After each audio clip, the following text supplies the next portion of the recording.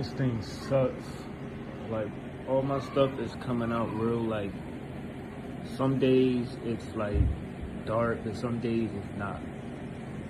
And then when I put the paper in there, it's hard to, like, you know, for it to make a copy. Like, I gotta mess with it, align the paper up for it to start printing. I give this a two star, but this is weak.